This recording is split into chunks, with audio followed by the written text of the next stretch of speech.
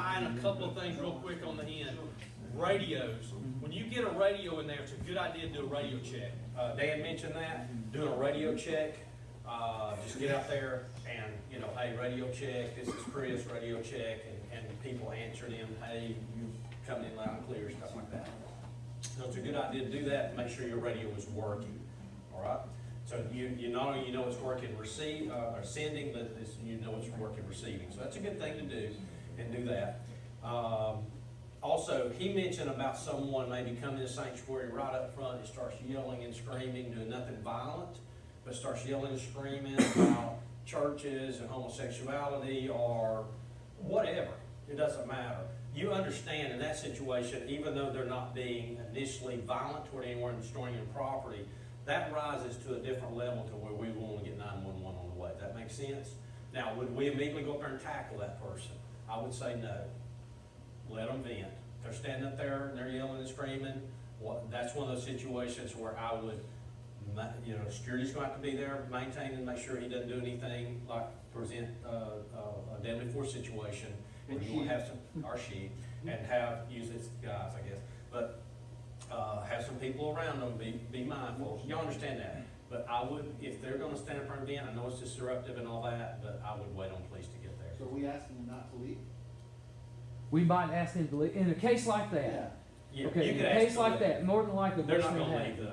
Yeah. You can ask them, they're not Because going to leave. at that point, it's probably stopped. Just wait, he's not. Yeah. Oh, yeah. This is I all. would think so. Okay. Yeah, Tony, you can can I ask tell them to you leave. how I see that playing out? Okay, if somebody comes into our service and they stand up and they start yelling, okay, first thing we're going to do, the immediate people around them, whatever deacons, whatever men that are trustworthy and following the Lord, first thing I think we need to do is let's get as many people away from them as we can.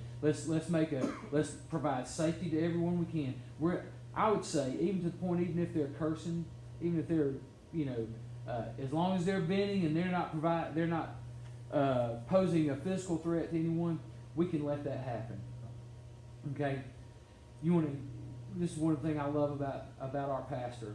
Our pastor is going to be able to teach us because he walks with the Lord. At the end of that, when that situation is calmed down, and as we get that taken care of at the end, we'll call Chris. We'll get Officer Hubbard on the way. We're going to execute our plan. That men are going to be security guys are going to be watching, so that they can take if force is needed, we will bring the force.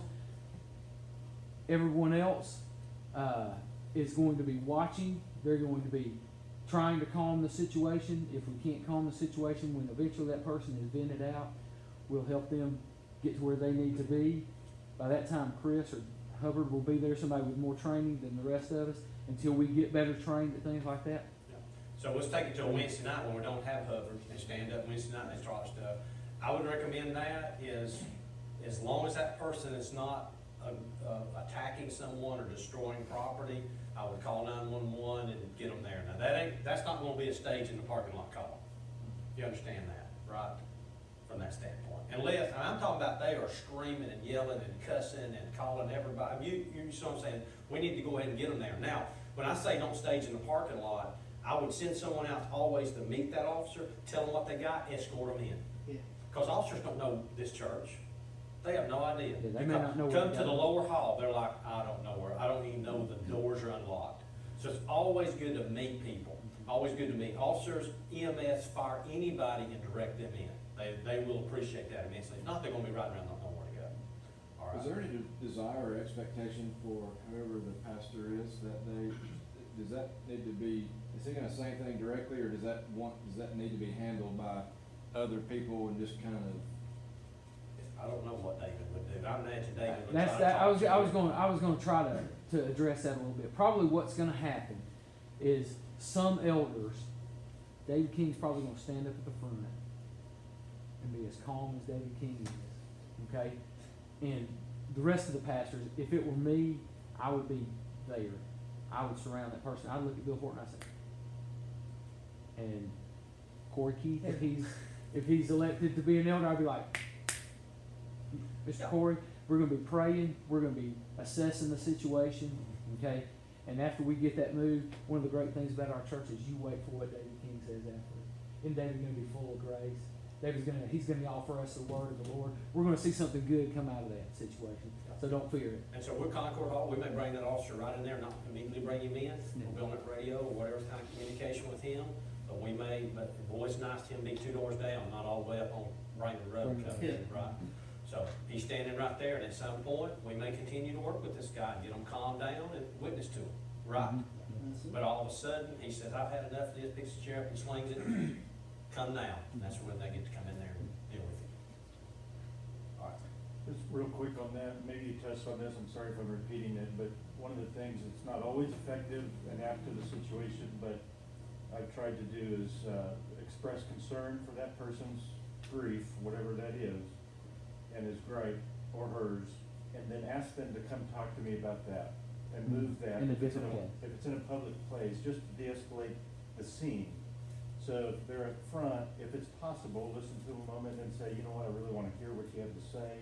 Why don't we just move over this way? That doesn't always work, obviously, but if you can move it out of the way and still be, maintain safety or what have you. You don't think that these EDPs are gonna be kind of nice about, some of them can be very violent to them. But to understand that they're going through maybe some very traumatic stuff in their life. And understand that. And the place for them may not be jail. Understand that. So just cause they're yelling, not violent, but yelling and cursing and all that stuff doesn't necessarily mean, oh my goodness, because the first reaction would be going, because we're not used to this, right? We're not used to that, is get the police here and get him out of here, because I don't know, I'm scared of him. But as long as you can practice these de-escalation techniques and talk to them and get it resolved.